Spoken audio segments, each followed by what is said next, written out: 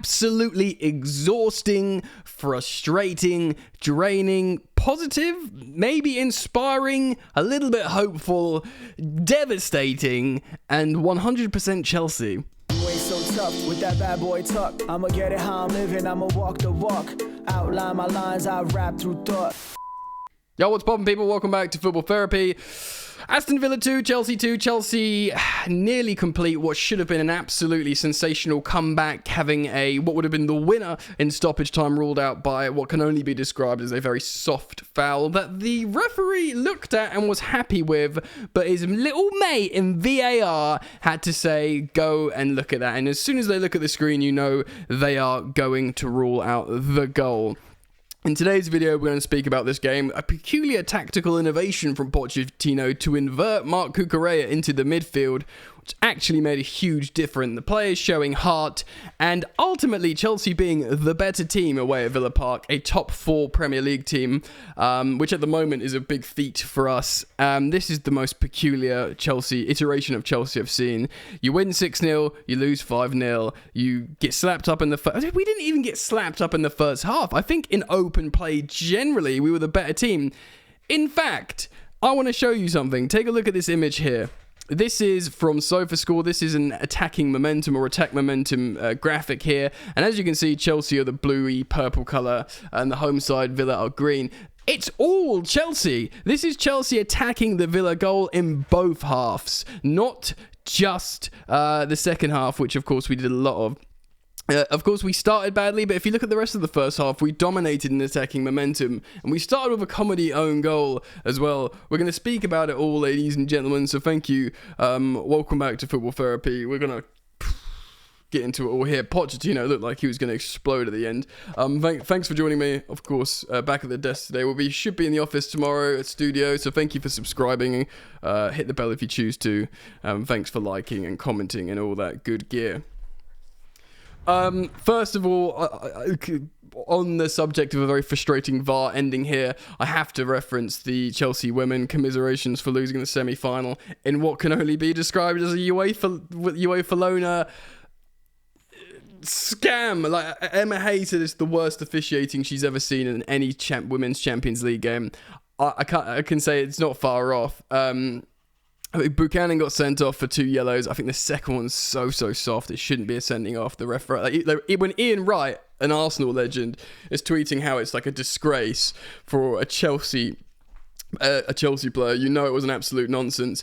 And more than that, the penalty that was given to Barcelona was just an absolute non-penalty. I couldn't believe she gave it, but I was like, oh yeah, of course there's VAR in the Women's Champions League, don't worry. And then VAR checked in, cleared it. I'm not joking.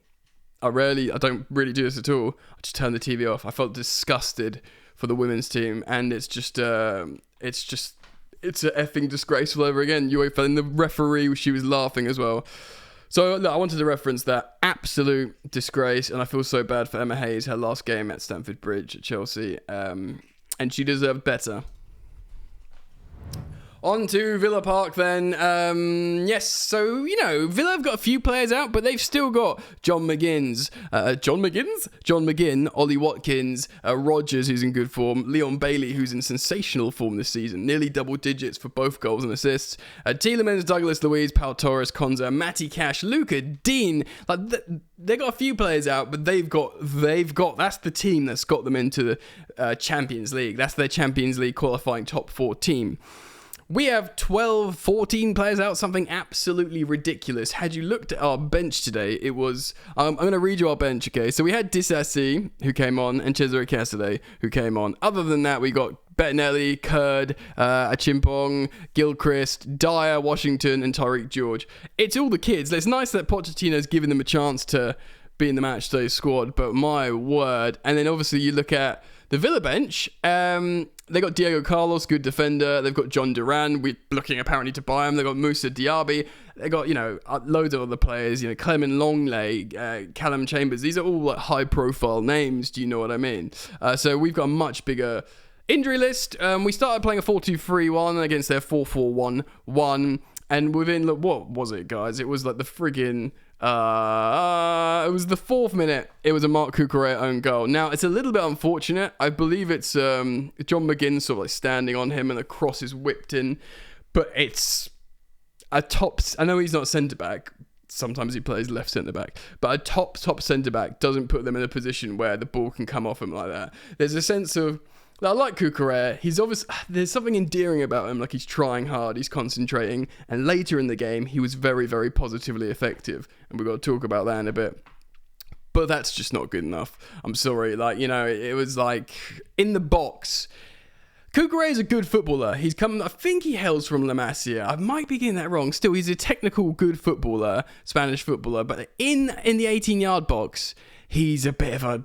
terrifying disaster at times, and he proved that today. Look, not always. He can get good moments. I'm very reluctant to dig him out because he's shown he can be a very useful footballer in your team, but I just think that own goal isn't great for him. Also, as well, he got a goal and an assist, Noni, so we'll talk about that. But for both goals we conceded, he was poor, man. The dude's gone to get a coffee on both occasions, and he just doesn't track back and help the right flank. And both goals came down from that side.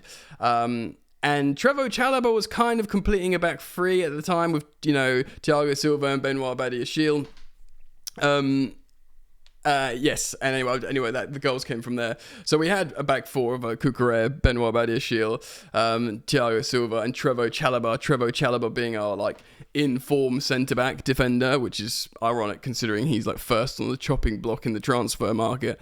The double pivot was Conor Gallagher and Moises Caicedo, and it didn't work. Until it worked, I tell you. Cole Palmer started in the number 10, Noni on the right, Mudryk on the left. We'll talk about Mudryk as well. And Jackson up top. Jackson, shaven head, looks like he's begun his villain arc. Scored what was a great goal and a great finish, but slightly offside. And you've got to, at that point, feel sorry for him, because he does a lot right, Nico Jackson, doesn't he?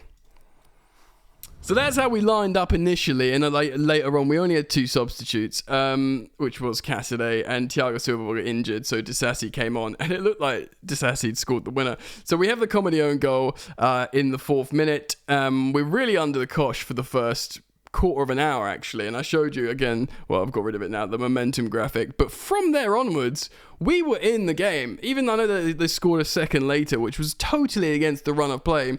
Of course, Nico Jackson's goal was ruled out in the 18th minute, and we were cooking, bro. Tielemans comes off, Diaby comes into midfield, he'll later get substituted as well. Rodgers does score the second, again down the right-hand flank, and it's a bad look for Noni defensively, but I understand why Pochettino wants to utilise both Noni and Cole Palmer. Cole Palmer is this creative force, but Noni Madueke is like a proper right winger, chalk on his boots, take a man on, go to the byline, all that kind of stuff. Do you know what I mean? So I kind of understand why he wants to utilise him, because he's a really effective profile in that attack. Yes, but weak defending, not tracking back, but needed both the wingers were poor for that. God, we need a left winger, don't we? Yes, so Rodgers scores the second, and we go into halftime thinking, damn, I do my Instagram halftime live show that I always do at Football Yannick on Insta. And I'm thinking we've played well. We've had I think the metric was we had 3 times as much passes in their box than they had in ours. And I know you could say, well, Villa don't care, they don't want the ball against teams like Chelsea. And when they get the ball to your box, it will count because they'll be in transition, countering attack, not trying to poke the ball in while everyone's camped in. I get that, but the point is, all these quantifiable metrics were saying the flow, Chelsea were playing way better, but they were 2-0 down. But yeah, the Mourinho would be laughing at that. It's the old days of Mourinho versus Wenger. But Arsenal playing great football. Mourinho would be yeah, gutted, I'm winning 2-0. So I get it. Trust me, Villa fans, everyone at that point, they would, it's all about the scoreline, right? But I was saying at halftime, we would be deadly if we were good in both boxes. Do you know what I mean? If we could defend and score goals. I know how that's football works, Jan. But all the stuff in between, the interchanging, the progressing through the lines, the creating big chances, actually making, passes in their final third, which is a hard thing to get to and do. We can do all that really well. But that's it. Or is it? Second half, tactical tweak from the Chelsea manager Mauricio Pochettino. Marc Cucurella pushes into sort of midfield. So we sort of got the back three of Benoit Badiashile, of course, natural left footer, occupying more left back role. Thiago Silva and Trevoh Chalobah completing sort of a back three. So it kind of becomes like a free 3-1. It's a 3-3-1. And it worked, bro. Like, Villa, they looked tired at that point, but we were all over them and they didn't know what to do. Like, it totally worked. And of course, we get the goal. Noni Madueke scores a great goal in the 62nd minute. And up to that point, like a few minutes before, I was feeling like it's just not going to happen. Like, again, we'd started really well, attacking momentum in the beginning of the second half. We were really, really strong. But like right up to 2 minutes before we scored, I was like, all this positivity, it doesn't mean squat. Like, we're not going to do this. And then, of course, Madueke scores a good goal and gets us back in the game. And then I'm thinking, we are going to ruddy do this.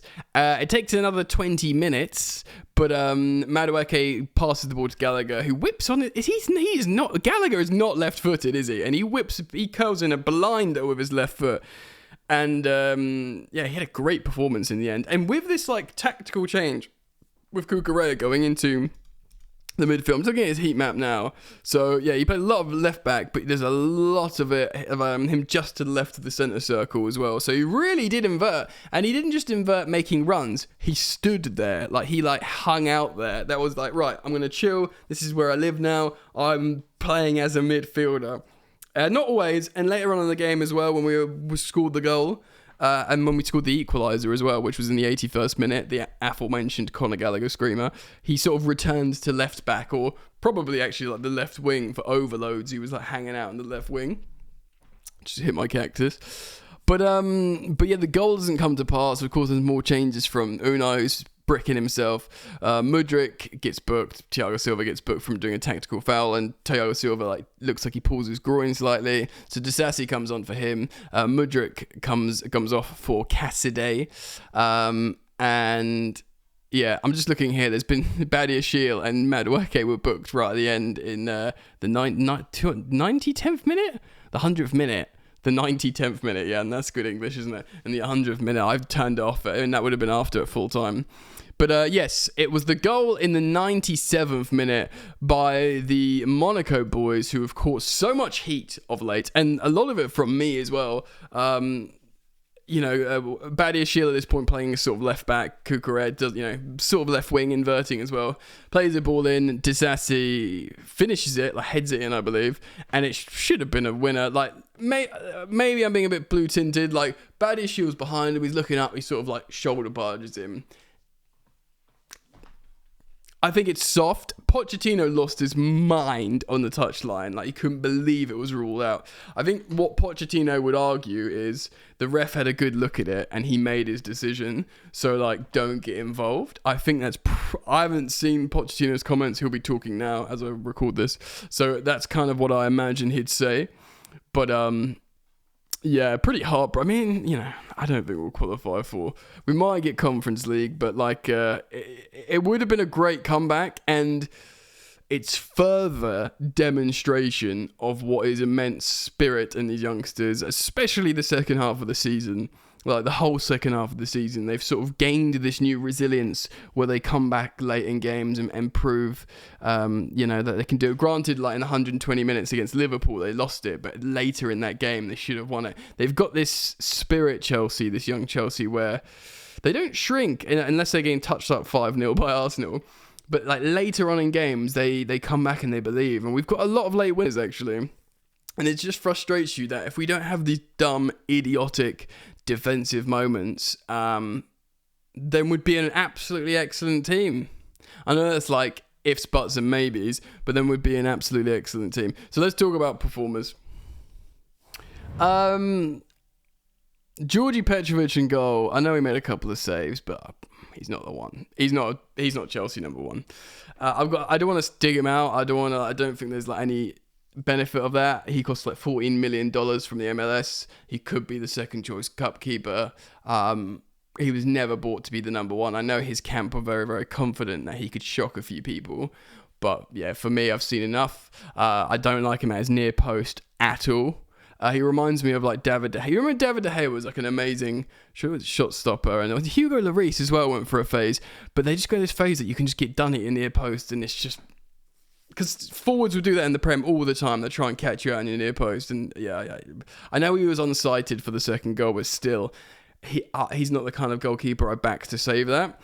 So yeah, I'm not gonna dig him out especially, but I've sort of seen enough from him now. I'm like, yeah, we need a first team goalkeeper. Trevoh Chalobah I think was great.